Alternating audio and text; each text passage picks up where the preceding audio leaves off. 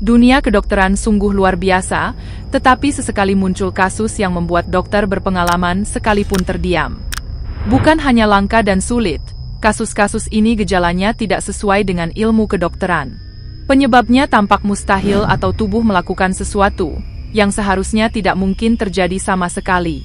Dalam video hari ini, kita akan membahas kasus-kasus medis nyata yang membuat dokter bingung, memicu perdebatan sengit, atau memaksa para ahli mencari jawaban selama bertahun-tahun. Beberapa kasus bahkan masih belum memiliki penjelasan hingga hari ini. Kita akan mencoba memahami bagaimana batas antara sains dan keajaiban terkadang menjadi sangat kabur ketika tubuh manusia memutuskan untuk melanggar hukum alam yang kita pahami. Berikut adalah kejadian yang seharusnya tidak nyata. Seorang pasien tiba di ruang gawat darurat, dan staf yang merawatnya mulai berjatuhan seperti domino. Kejadian luar biasa ini bermula pada tanggal 19 Februari 1994, ketika Gloria Ramirez dibawa ke ruang gawat darurat di rumah sakit umum di California. Ramirez, yang saat itu menderita kanker serviks stadium lanjut, berada dalam kondisi kritis. Namun, saat staf medis mulai melakukan upaya intensif untuk menstabilkannya, keadaan berubah menjadi mimpi buruk yang tidak terduga. Saat perawat mengambil darahnya, mereka mencium bau seperti amonia, dan melihat partikel berwarna kuning di dalam darah tersebut. Tak lama kemudian, para petugas medis yang berada di dekatnya mulai mengalami gejala mendadak yang mengkhawatirkan. Pingsan, sesak napas, hingga kejang otot. Secara total, 23 staf medis jatuh sakit, dan beberapa di antaranya harus menjalani rawat inap. Bahkan, satu orang dokter residen harus dirawat di unit perawatan darurat untuk waktu yang cukup lama akibat komplikasi serius. Kasus ini memicu penyelidikan besar-besaran yang melibatkan laboratorium nasional. Salah satu teori utama yang diajukan adalah bahwa Ramirez telah menggunakan dimetil sulfoksida sebagai pengobatan rumahan untuk meredakan nyerinya. Para ahli berhipotesis bahwa dalam kondisi darurat medis, pemberian oksigen dan kejutan listrik dari defibrilator menyebabkan reaksi kimia berantai. Teori ini menyatakan bahwa DMSO berubah menjadi dimetil sulfat, sebuah gas beracun yang sangat kuat, yang kemudian memapar staf di sekitarnya. Meskipun teori ini sering dikutip dalam jurnal ilmiah, kredibilitasnya tetap diperdebatkan oleh banyak ahli kimia, karena sulitnya mereplikasi reaksi tersebut dalam kondisi normal. Hingga kini, kasus wanita beracun tetap menjadi salah satu misteri medis paling kelam dan paling banyak didiskusikan dalam sejarah modern. Kasus berikut adalah mimpi buruk yang nyata. Anda bersikeras bahwa Anda tidak meminum alkohol sama sekali, tetapi tes medis mengatakan sebaliknya. Orang-orang di sekitar Anda, bahkan keluarga dan penegak hukum, mengira Anda sedang berbohong.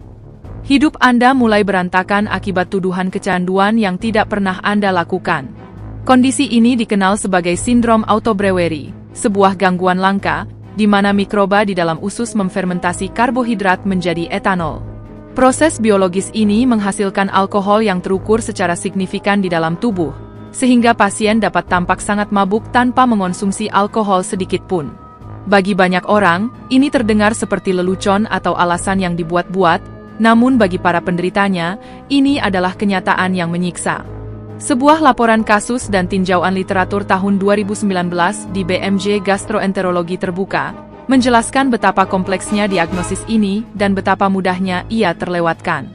Karena gejalanya tumpang tindih dengan banyak masalah medis lainnya dan sifatnya yang sangat jarang, pasien seringkali menghabiskan waktu bertahun-tahun untuk diabaikan atau disalahpahami oleh komunitas medis. Ini adalah salah satu contoh paling nyata dari tubuh yang berperilaku dengan cara yang terdengar mustahil, hingga tes napas dan pemantauan ketat membuktikan bahwa fenomena ini benar-benar terjadi. Kasus ini terasa sangat kejam dengan cara yang sangat spesifik. Urtikaria aquagenik adalah kondisi langka, di mana kontak fisik dengan air memicu reaksi gatal-gatal dan ruam yang hebat. Yang membuat kondisi ini membingungkan adalah pemicunya. Bukan zat kimia di dalam air atau suhu air tersebut, melainkan molekul air itu sendiri yang menyentuh kulit. Bayangkan apa artinya ini bagi kehidupan seseorang. Mandi, terkena air hujan, berenang, bahkan mengeluarkan keringat atau air mata, menjadi ancaman bagi kenyamanan fisik, dan kehidupan sehari-hari berubah menjadi ladang ranjau yang tidak terhindarkan.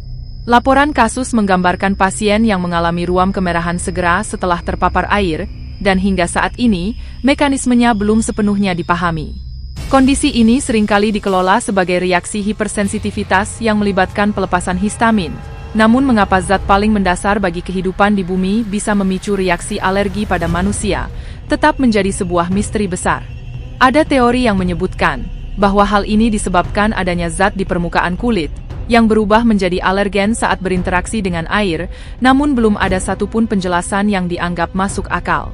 Dokter dapat membantu mengelola gejalanya dengan antihistamin, tetapi misteri intinya tetap bertahan sebagai pengingat betapa sedikit yang kita ketahui tentang kompleksitas pertahanan tubuh kita sendiri. Fenomena ini terdengar seperti mitos atau cerita dalam film horor, sampai Anda membaca laporan kasus medis yang autentik. Hematohidrosis adalah kondisi medis yang sangat langka, di mana darah tampak keluar dari kulit yang utuh, terkadang bercampur dengan keringat. Kondisi ini umumnya dilaporkan dalam konteks stres psikologis yang ekstrim, atau ketakutan yang luar biasa. Namun, karena kejadiannya yang sangat jarang, ilmu pengetahuan mengalami kesulitan besar untuk mempelajarinya secara mendalam. Kurangnya jumlah pasien dan data yang konsisten, membuat para peneliti sulit melakukan observasi langsung dalam kondisi yang terkontrol. Mekanisme yang diusulkan melibatkan gagasan tentang pecahnya pembuluh darah kapiler yang sangat rapuh di sekitar kelenjar keringat, akibat kaskade fisiologis yang dipicu oleh stres. Namun, literatur medis paling bertanggung jawab sekalipun cenderung kembali pada pengakuan yang jujur. Kita tidak sepenuhnya memahami bagaimana fenomena ini terjadi secara biologis. Kedokteran telah berhasil menamai dan mendokumentasikannya, tetapi alasan pasti di balik setiap tetesan darah tersebut tetap menjadi misteri yang belum terpecahkan. Bayangkan pergi ke dokter untuk sesuatu yang cukup biasa, dan pulang dengan hasil pemindaian yang membuat seluruh ruangan menjadi sunyi. Pada tahun 2007, sebuah laporan singkat dalam jurnal medis bergengsi Amerika, menggambarkan seorang pria berusia 44 tahun di Prancis yang datang ke rumah sakit dengan keluhan nyeri kaki ringan. Namun, ketika dokter melakukan ronsen pada kepalanya untuk memeriksa riwayat medis masa lalunya, mereka menemukan sesuatu yang secara anatomis tampak mustahil. Hasil pemindaian menunjukkan hidrosefalus parah, sebuah kondisi di mana cairan cerebrospinal telah menumpuk dan memperluas ventrikel otak secara dramatis. Dampaknya sangat ekstrim. Sebagian besar jaringan otak pria tersebut terkompresi, hingga hanya menyisakan lapisan tipis di sekeliling tengkoraknya. Secara visual, tengkoraknya tampak hampir sepenuhnya berisi cairan, dengan sangat sedikit materi otak yang tersisa. Jika Anda membayangkan, seseorang dengan kondisi seperti itu akan berada di fasilitas perawatan jangka panjang, tidak mampu berkomunikasi atau berfungsi, Anda tidak sendirian. Itulah mengapa kasus ini menjadi sangat fenomenal. Pasien tersebut ternyata menjalani kehidupan yang sangat normal. Ia memiliki pekerjaan tetap sebagai pegawai negeri, sudah menikah, dan memiliki 2 anak. Meskipun pengujian menunjukkan skor IQ yang berada di rentang normal bawah, ia tidak mengalami gangguan kognitif katastrofik, seperti yang diprediksi oleh siapapun yang melihat hasil pemindaiannya. Dokter meyakini bahwa karena kondisi ini berkembang sangat lambat sejak masa kanak-kanak, otak pria tersebut telah beradaptasi selama bertahun-tahun. Secara diam-diam dan tanpa henti, otak tersebut menyusun ulang dirinya sendiri di sekitar situasi struktural yang tampak mustahil, membuktikan bahwa plastisitas otak manusia jauh lebih luar biasa daripada yang pernah kita bayangkan. Kisah berikut adalah satu penyakit yang sejujurnya lebih mengerikan, jika Anda membayangkan mengalaminya sendiri. Charles Osborne adalah pria yang tercatat dalam sejarah medis, sebagai individu dengan periode cegukan terlama, yang berlangsung dari tahun 1922 hingga 1990 setelah sebuah kecelakaan kecil. Penyebab pastinya terus diperdebatkan, dengan berbagai saran medis mulai dari iritasi sistem saraf hingga faktor cedera otak yang spesifik. Namun, tidak pernah ada penjelasan medis yang sederhana, jelas, dan disepakati secara universal yang mampu menghentikan kondisinya dengan mudah. Kisah ini menarik, karena menunjukkan betapa rapuhnya sirkuit refleks kecil dalam tubuh manusia. Hanya karena satu gangguan kecil, sistem tubuh dapat terkunci dalam lingkaran yang tak berujung. Laporan mencatat bahwa cegukan Osborne akhirnya berhenti setahun sebelum ia wafat. Hal itu terjadi bukan karena dunia kedokteran berhasil memecahkan kodenya, melainkan karena tubuhnya berubah kembali secara misterius. Ini adalah pengingat bahwa bahkan gejala terkecil sekalipun dapat menjadi misteri medis yang paling menguras jiwa, ketika mereka menolak untuk mengikuti aturan normal. Terry mengalami cedera otak traumatis yang sangat parah, akibat kecelakaan kendaraan pada tahun 1984. Setelah melewati fase akut yang kritis, ia jatuh ke dalam kondisi yang digambarkan oleh para ahli medis sebagai keadaan kesadaran minimal. Selama hampir 20 tahun, ia terbaring tanpa kemampuan untuk berkomunikasi dengan dunia luar. Berdasarkan pengetahuan medis saat itu, dokter percaya bahwa pemulihan fungsional yang berarti pada dasarnya tidak akan pernah terjadi. Namun, pada tahun 2003, setelah sekitar 19 tahun dalam kondisi tersebut, sebuah keajaiban medis terjadi. Terry mulai berbicara. Pemulihannya tidak terjadi secara bertahap selama berbulan-bulan, juga bukan hasil dari perawatan eksperimental mutakhir yang mahal. Ia seolah-olah terbangun begitu saja. Salah satu kata pertama yang ia ucapkan adalah pengakuan sederhana namun menyentuh terhadap ibunya. Bagian yang paling menarik dari kasus ini adalah bagaimana persepsi waktunya terhenti secara permanen. Saat terbangun, Terry sangat yakin bahwa ia masih hidup di tahun 1984, tahun di mana kecelakaan itu terjadi. Ia tidak memiliki memori tentang 20 tahun yang telah hilang. Para peneliti kemudian menggunakan teknologi pencitraan otak canggih untuk mempelajari kasusnya, dan mereka menemukan penjelasan yang mengejutkan. Selama bertahun-tahun, jaringan otak Terry yang masih sehat telah menumbuhkan koneksi saraf baru secara perlahan untuk menggantikan area yang rusak. Ini adalah bukti dari neuroplastisitas dalam skala besar. Kasus Terry memaksa para klinisi di seluruh dunia untuk memikirkan kembali apa arti permanen dalam gangguan kesadaran. Meskipun mekanisme biologisnya mulai terungkap, waktu dan tingkat pemulihannya tetap menjadi keanehan yang mengejutkan dunia medis. Jika Anda mencari kasus medis yang menghantui para ahli saraf hingga hari ini, encephalitis lethargica adalah salah satu yang terbesar. Antara tahun 1916 dan 1927, epidemi misterius ini melanda berbagai belahan dunia, menyerang otak dan sistem saraf ribuan orang.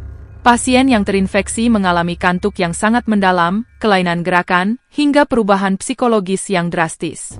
Dalam kasus yang paling ekstrim, pasien terjebak dalam keadaan seperti patung yang terkunci. Mereka sadar, tetapi tidak mampu bergerak atau berbicara selama bertahun-tahun. Meskipun dokter pada masa itu mendokumentasikannya dengan sangat cermat, penyebab pastinya tetap menjadi teka-teki. Hingga saat ini, asal-usul epidemi ini masih diperdebatkan di kalangan ilmuwan. Apakah ia berhubungan dengan pandemi influenza besar di masa itu? Apakah ini merupakan reaksi autoimun? Ataukah dipicu oleh infeksi lain yang belum kita identifikasi? Referensi medis masih mengategorikan penyebabnya sebagai tidak diketahui. Sungguh mengejutkan bahwa sebuah penyakit yang mempengaruhi begitu banyak nyawa dan mengubah sejarah kedokteran bisa menghilang begitu saja tanpa memberikan jawaban yang pasti.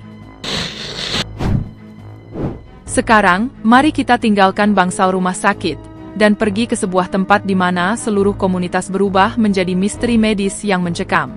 Di Kalachi, Kazakhstan, penduduk mulai mengalami episode di mana mereka tiba-tiba jatuh tertidur selama berhari-hari, terkadang bahkan lebih lama. Fenomena ini tidak hanya melibatkan tidur yang nyenyak.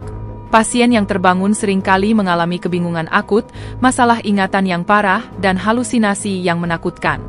Kondisi ini menyerang penduduk dari berbagai kelompok usia tanpa pandang bulu, dan muncul dalam gelombang yang tidak terduga selama bertahun-tahun, menantang segala bentuk penjelasan sederhana. Teori awal berkisar dari racun lingkungan, hingga kontaminasi air akibat infrastruktur terbengkalai di dekat desa. Setelah penyelidikan panjang, pejabat pemerintah akhirnya mengaitkan kejadian tersebut dengan peningkatan kadar karbon monoksida dan hidrokarbon dari tambang uranium yang telah lama ditinggalkan.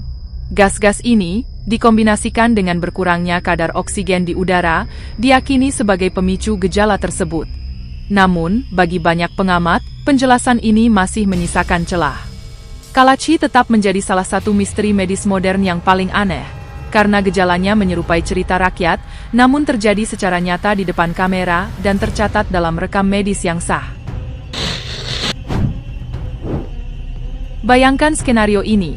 Anda terbangun setelah mengalami masalah medis pada otak, dan tiba-tiba semua orang di sekitar Anda mengatakan bahwa Anda terdengar seperti berasal dari belahan dunia lain. Kondisi ini dikenal sebagai sindrom aksen asing.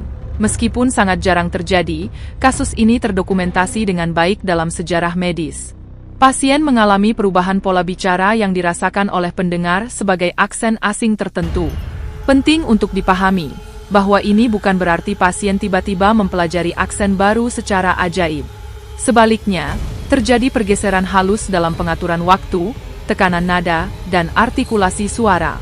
Kombinasi perubahan teknis inilah yang menciptakan pola yang dikenali secara subjektif oleh otak pendengar sebagai aksen asing. Literatur medis umumnya menghubungkan sindrom aksen asing dengan kerusakan neurologis, seperti stroke atau cedera otak traumatis. Namun, yang menjadikannya tetap menjadi misteri adalah inkonsistensi gejalanya di antara pasien. Mekanisme neurologis yang tepat masih terus dipelajari hingga saat ini.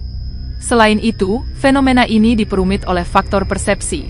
Sebuah aksen seringkali berada di telinga pendengar daripada di pita suara pembicara.